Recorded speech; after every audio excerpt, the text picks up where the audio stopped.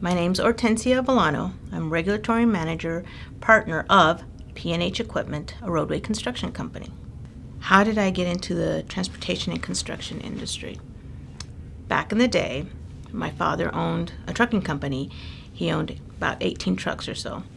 And I was taking care of the regulatory permits and licenses and stuff, public. So he decided to retire. He says it was just too much for him. He's done after a big accident. So he gave me a truck. He dispersed his truck, sold some, gave me a truck. So I had a truck, had to learn how to drive it in order to start my own business or continue with the business with my own company. So started with one truck, that turned out to four turned up to, God, at one time I probably had 20-something trucks of my own and leased probably another 60 leasers under me. And from 1 year to about 8-9 years, that's kind of what happened. And it was transportation only, not necessarily construction, but transportation only because it was trucking. And then after so many years, we decided to, okay, well, let's expand.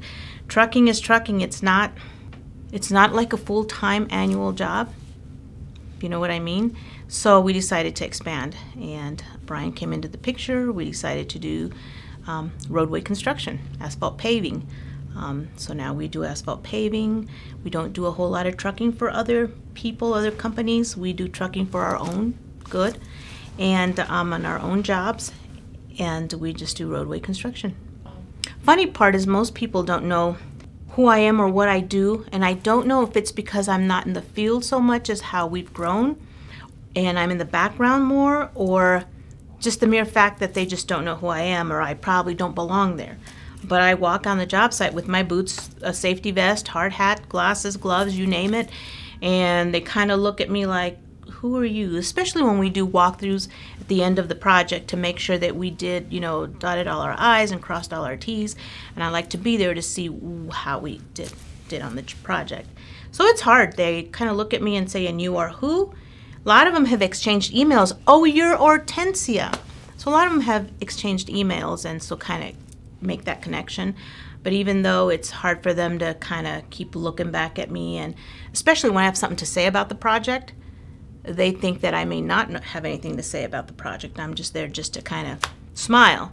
But when I add my 2 cents to how the project was built or why this was built this way and not that way, they kind of get back and say, oh, she does know what she's talking about. So that's kind of nice for me. It is an amazing, you will not be bored in this industry. There's so many positions, so many areas that you can branch out to, from labor on a project to communications to marketing to HR to project management to maybe someday owning your own small company of sorts. So you will never have a boring day.